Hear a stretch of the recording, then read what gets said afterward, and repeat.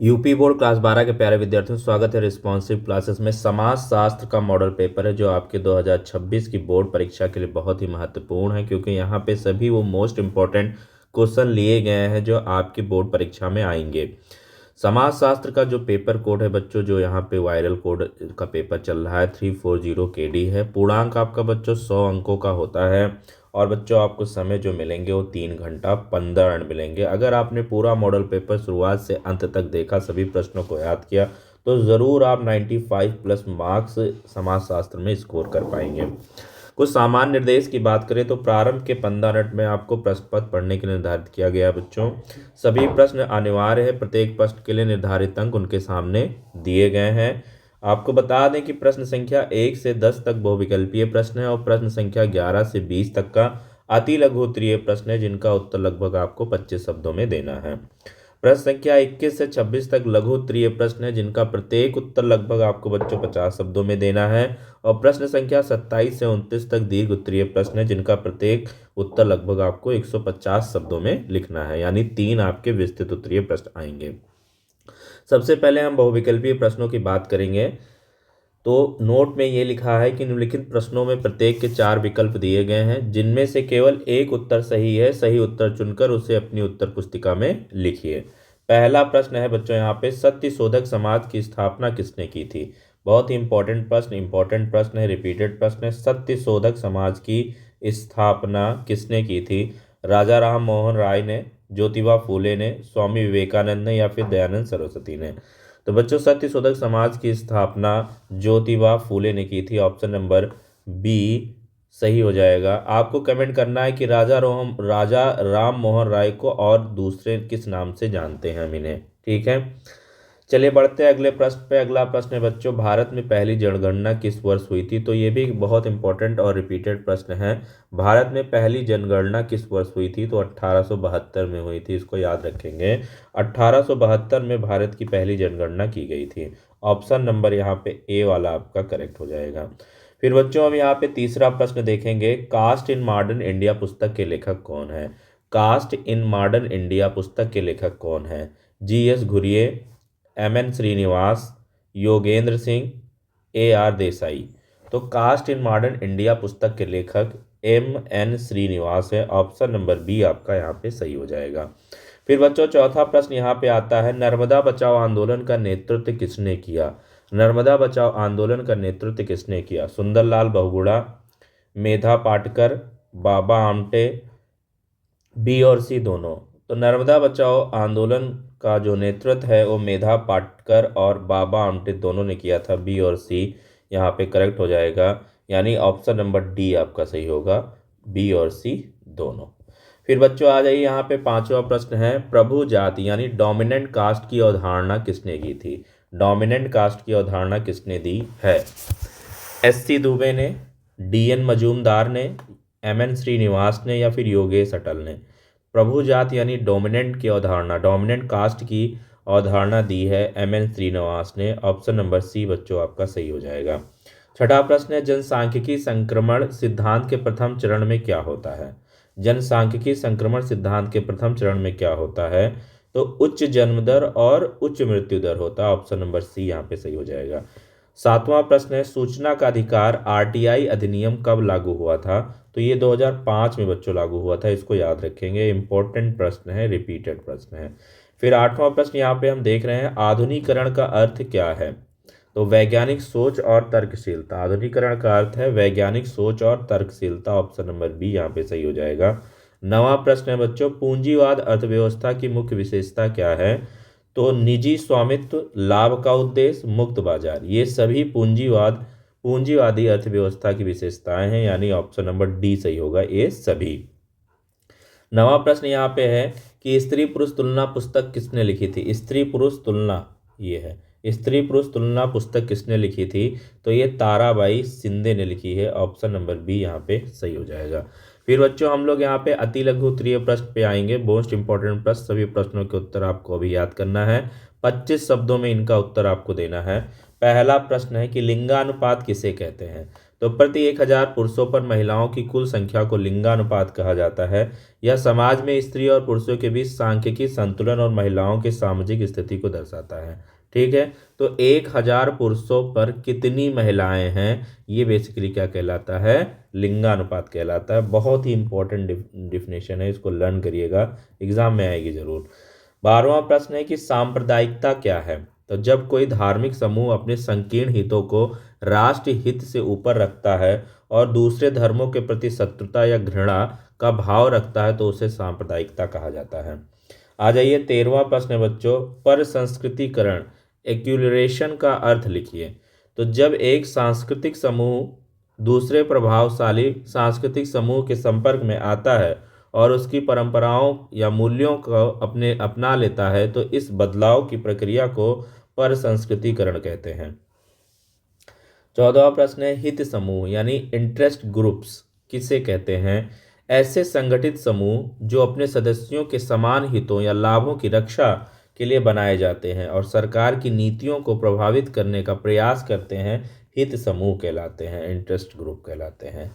15वां प्रश्न है बच्चों, स्त्री शक्ति से क्या आशय है। स्त्री शक्ति से क्या आशय है। तो स्त्री शक्ति का अर्थ महिलाओं को सामाजिक, आर्थिक और राजनीतिक रूप से सशक्त बनाना है ताकि वे अपने जीवन के निर्णय स्वयं ले सकें और समाज में पुरुषों के समान अधिकार पा सकें। ये स्त्री शक्ति का अर्थ है। ठीक है, स्त्री शक्ति का अर्थ है महिलाओं को सामाजिक, आर्थिक और राजनीतिक रूप से सशक्त बनाना है ताकि वे अपने जीवन के निर्णय स्वयं ले सकें। ठीक है, और समाज में पुरुषों के साथ समान अधिकार पा सकें। फिर बच्चों अगला इंपॉर्टेंट प्रश्न है, क्षेत्रवाद के दो मुख्य कारण लिखिए। तो क्षेत्रवाद के दो प्रमुख कारण आर्थिक असंतुलन और सांस्कृतिक पहचान का डर है। आर्थिक असंतुलन और सांस्कृतिक पहचान का डर है। जब किसी क्षेत्र का विकास पिछड़ जाता है या उसकी भाषा संस्कृति में खतरा मंडराता है तो क्षेत्रवाद पनपता है। फिर बच्चों अगला प्रश्न है यहाँ पे, सांस्कृतिक विविधता का क्या अर्थ है। 17वां प्रश्न है, सांस्कृतिक विविधता का क्या अर्थ है। एक ही भौगोलिक क्षेत्र या देश के भीतर विभिन्न धर्मों, भाषाओं, जातियों, रीति रिवाजों और कला शैलियों के शांतिपूर्ण सहअस्तित्व को ही सांस्कृतिक विविधता कहा जाता है। फिर बच्चों यहाँ पे 18वां प्रश्न आता है, औद्योगिक समाज की दो विशेषताएं बताइए। औद्योगिक समाज की दो विशेषताएं बताइए। औद्योगिक समाज की दो मुख्य विशेषताएं हैं। पहली है पहली उत्पादन के लिए मानवीय श्रम के बजाय मशीनों का व्यापक उपयोग और दूसरी है समाज में अत्यधिक श्रम विभाजन व विशेषीकरण का होना। अगला प्रश्न है बच्चों 19वां प्रश्न है, आत्मवाचक यानी कि रिफ्लेक्सिविटी क्या है। आत्मवाचक मतलब रिफ्लेक्सिविटी क्या है। उत्तर है इसका, समाजशास्त्र में आत्मवाचकता का अर्थ स्वयं के विचारों, कार्यों और समाज में अपनी स्थिति का निरंतर विश्लेषण व मूल्यांकन करना ताकि समाज बदलावों के अनुसार खुद को बदला जा सके। सामाजिक बदलावों के अनुसार खुद को बदला जा सके, ये बेसिकली रिफ्लेक्सिविटी होती है। 20वां और अंतिम प्रश्न है अति लघु उत्तरीय प्रश्न का, नगरीकरण के दो प्रभाव लिखें। वेरी इंपॉर्टेंट प्रश्न। नगरीकरण के दो प्रमुख प्रभाव हैं बच्चों। पहला है संयुक्त परिवारों का स्थान एकल परिवारों ने ले लिया और दूसरा है सामाजिक गतिशीलता में वृद्धि हुई जिससे जातिगत बंधन ढीले हुए हैं। फिर आ जाइए बच्चों लघु उत्तरीय प्रश्न पे। प्रत्येक उत्तर लगभग आपको 50 शब्दों में यहाँ पे लिखना है। 21वां प्रश्न है आपका पहला लघु उत्तरीय प्रश्न है, संस्कृतिकरण की प्रक्रिया की व्याख्या कीजिए। संस्कृतिकरण की प्रक्रिया की व्याख्या कीजिए। तो समाजशास्त्री एम.एन. श्रीनिवास के अनुसार संस्कृतिकरण वह प्रक्रिया है जिसमें कोई निम्न हिंदू जाति जनजाति किसी उच्च द्विज जाति की जीवन शैली, रीति रिवाजों और विचारधारा को अपनाती है। इसका मुख्य उद्देश्य सामाजिक पदानुक्रम में अपनी स्थिति को ऊपर उठाना होता है। यह प्रक्रिया केवल पदमूलक परिवर्तन लाती है, संरचनात्मक परिवर्तन नहीं। 22वां प्रश्न है बच्चों की पश्चिमीकरण से भारतीय समाज में क्या बदलाव आए हैं। तो ब्रिटिश शासन के दौरान भारत में पश्चिमीकरण की शुरुआत हुई। इसके प्रभाव से भारतीय समाज में तर्कवाद, मानवतावाद और धर्मनिरपेक्षता जैसे आधुनिक मूल्यों का प्रवेश हुआ। इसने सती प्रथा, बाल विवाह जैसी कुरीतियों के विरुद्ध चेतना जगाई। खान पान, वेशभूषा, अंग्रेजी शिक्षा और लोकतांत्रिक संस्थाओं के विकास में पश्चिमीकरण की महत्वपूर्ण भूमिका रही है। 23वां प्रश्न है बच्चों, माल्स के जनसंख्या सिद्धांत की संक्षेप में व्याख्या करें। थॉमस रॉबर्ट माल्स ने बताया कि जनसंख्या ज्यामितीय गति 1, 2, 4 और 8 से बढ़ती है, जबकि जीवन निर्वाह के साधन गणितीय गति 1, 2, 3, 4 से बढ़ते हैं। इस असंतुलन के कारण गरीबी और अकाल पैदा होता है। माल्स ने सुझाव दिया कि जनसंख्या को कृत्रिम उपायों या प्राकृतिक आपदाओं, अकाल, बीमारी के माध्यम से नियंत्रित किया जाना अनिवार्य है। 24वां प्रश्न है बच्चों, दलित आंदोलनों के मुख्य उद्देश्य क्या हैं? दलित आंदोलनों का प्राथमिक उद्देश्य सदियों से चली आ रही जातिगत छुआछूत और भेदभाव को जड़ से समाप्त करना है। ये आंदोलन दलितों के लिए शैक्षिक अवसर, राजनीतिक भागीदारी और सरकारी नौकरियों में आरक्षण की मांग करते हैं। इनका मुख्य लक्ष्य समाज में मानवाधिकारों की प्राप्ति, आत्मसम्मान की रक्षा और एक समतामूलक समाज का निर्माण करना है। 25वां प्रश्न है बच्चों, विनिवेश यानी डिसइन्वेस्टमेंट का समाज पर क्या प्रभाव पड़ा है? डिसइन्वेस्टमेंट का, विनिवेश मतलब है डिसइन्वेस्टमेंट का समाज पर क्या प्रभाव पड़ा है। तो विनिवेश वह प्रक्रिया है जिसमें सरकार सार्वजनिक उद्योगों की अपनी हिस्सेदारी निजी क्षेत्र को बेच देती है। इसका सामाजिक प्रभाव यह हुआ कि निजीकरण बढ़ने से सरकारी नौकरियों में कमी आई और रोजगार की सुरक्षा यानी जॉब सिक्योरिटी कम हुई। हालांकि इससे सेवाओं की गुणवत्ता और दक्षता में सुधार हुआ है, लेकिन आर्थिक असमानता बढ़ने का खतरा भी बना रहता है। 26वां प्रश्न है बच्चों कि भारत में ग्राम पंचायत की भूमिका का वर्णन कीजिए। तो भारत में ग्राम पंचायतें ग्रामीण विकास और स्थानीय स्वशासन की धुरी हैं। इनका मुख्य कार्य गांव की बुनियादी सुविधाओं जैसे सड़क, पानी और सफाई का प्रबंधन करना है। ये सरकारी योजनाएं जैसे मनरेगा को जमीनी स्तर पर लागू करती हैं। साथ ही ग्राम पंचायतें सामाजिक न्याय सुनिश्चित करने और स्थानीय विवादों को सुलझाने में महत्वपूर्ण भूमिका निभाती हैं, जिससे ग्रामीण सशक्तिकरण को बढ़ावा मिलता है। फिर बच्चों यहाँ पे विस्तृत उत्तरीय प्रश्न आएंगे, जिनका उत्तर लगभग 150 शब्दों में देना है। 27वां प्रश्न है इसका, भूमंडलीकरण यानी ग्लोबलाइजेशन ने भारतीय समाज और संस्कृति को किस प्रकार प्रभावित किया है? मूल्यांकन कीजिए 8 नंबर का। ठीक है, यह आपका very important long answer type question है। इसका उत्तर हम लोग यहाँ पे देखेंगे। उत्तर यहाँ पे लिखा गया है, भूमंडलीकरण एक ऐसी प्रक्रिया है जिसने विश्व की विभिन्न अर्थव्यवस्थाओं और समाजों को एक सूत्र में पिरो दिया है। भारतीय समाज पर इसके प्रभाव निम्नलिखित बिंदुओं में देखे जा सकते हैं। सकारात्मक प्रभाव, आर्थिक अवसर, बहुराष्ट्रीय कंपनियों के आने से रोजगार के नए अवसर पैदा हुए हैं और सूचना प्रौद्योगिकी आईटी के क्षेत्र में भारत एक वैश्विक शक्ति बना है। उपभोक्तावाद, बाजार में विविधता आई है और लोगों को बेहतर गुणवत्ता वाली वस्तुएं उपलब्ध हो रही हैं। सांस्कृतिक आदान प्रदान, भारतीय योग, आयुर्वेद और संगीत का विश्व स्तर पर प्रचार हुआ है। नकारात्मक प्रभाव की बात करें तो स्थानीय संस्कृति को खतरा, पश्चिमी खान पान यानी कि फास्ट फूड और पहनावे के बढ़ते हुए प्रभाव से हमारी पारंपरिक जीवन शैली पीछे छूट रही है। आर्थिक असमानता की बात करें तो अमीर और गरीब के बीच की खाई और चौड़ी हुई है। छोटे और कुटीर उद्योग बड़ी कंपनियों की प्रतिस्पर्धा में टिक नहीं पा रहे हैं। पारिवारिक ढांचा, व्यक्तिगत बढ़ने से संयुक्त परिवार टूट रहे हैं और बुजुर्गों की उपेक्षा बढ़ रही है। निष्कर्ष की बात करें तो भूमंडलीकरण ने जहां विकास के द्वार खोले हैं, वही हमारी सांस्कृतिक जड़ों के लिए चुनौतियां भी पैदा की हैं। अब 28वां प्रश्न हम देखेंगे, सामाजिक सुधार आंदोलनों का भारतीय समाज के आधुनिकीकरण में क्या योगदान है? विस्तार से समझाइए।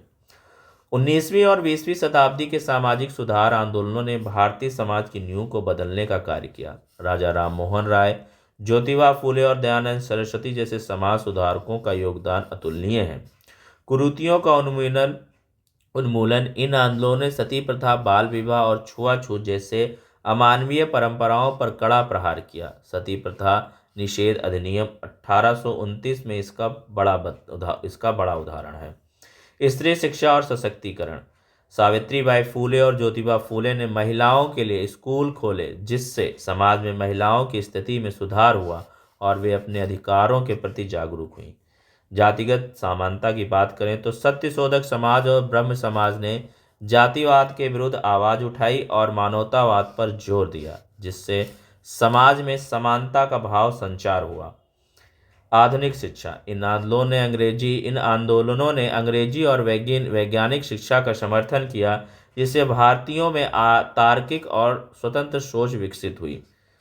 निष्कर्ष की बात करें तो इन सुधार आंदोलनों ने केवल समाज को कुरीतियों से मुक्त किया, बल्कि भारतीय लोकतंत्र और आधुनिक नागरिक समाज के निर्माण का मार्ग भी प्रशस्त किया।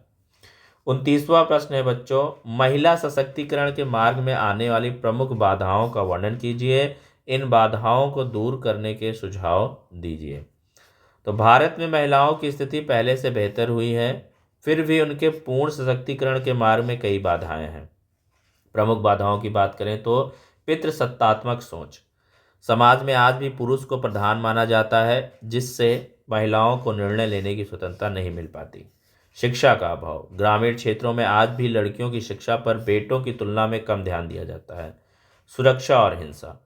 घरेलू हिंसा, कार्यस्थल पर उत्पीड़न और सामाजिक असुरक्षा महिलाओं के बाहर निकलने में बड़ी बाधा है। आर्थिक निर्भरता। संपत्ति के अधिकारों की जानकारी न होना और वित्तीय रूप में स्वतंत्र न होना उन्हें कमजोर बनाता है। सुधार के सुझाव।